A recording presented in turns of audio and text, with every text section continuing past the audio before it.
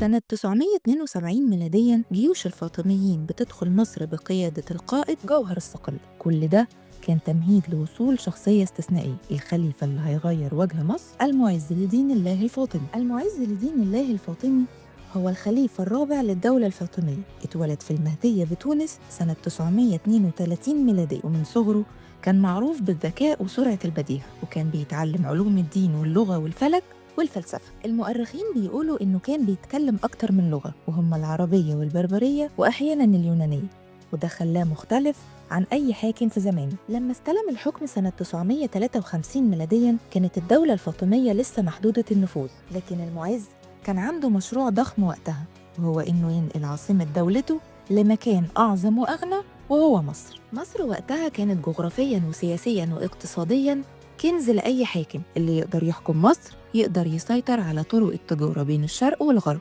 المعز وقتها كان سياسي محنك، كان عارف إن السيطرة على مصر لازم تكون بالعقل والتنظيم مش بس بالسيف. فبعت ساعتها قائده المشهور جوهر الصقل اللي أسس القاهرة وبنى الجامع الأزهر بأمره. لكن المفاجأة إن المعز ما استعجلش وقتها على دخول مصر، استنى لحد ما كل الأوضاع استقرت، وبعد 3 سنين تقريباً دخل بنفسه دخول الملوك. أول ما المعز وصل الفسطاط المصريين كانوا خايفين، حاكم جديد، مذهب جديد، مصير مش واضح. لكن المعز ساعتها جمع الناس وقال جملة اتحفرت في التاريخ، وهي: يا أهل مصر إنما جئناكم بالعدل، فمن ظلم أو جار فليس منا. الكلمة دي عملت صدى كبير وقتها، والمصريين حسوا إنهم قدام حاكم مختلف. ومن هنا بدأت القاهرة تتحول لعاصمة جديدة. المعز ما كانش بس فاتح عسكري، كمان كان راعي علم وفن، فأسس ساعتها جامع الأزهر اللي بقى مركز لنشر المذهب الإسلامي وقتها، وبعدها بقى منارة علم للعالم الإسلامي كله.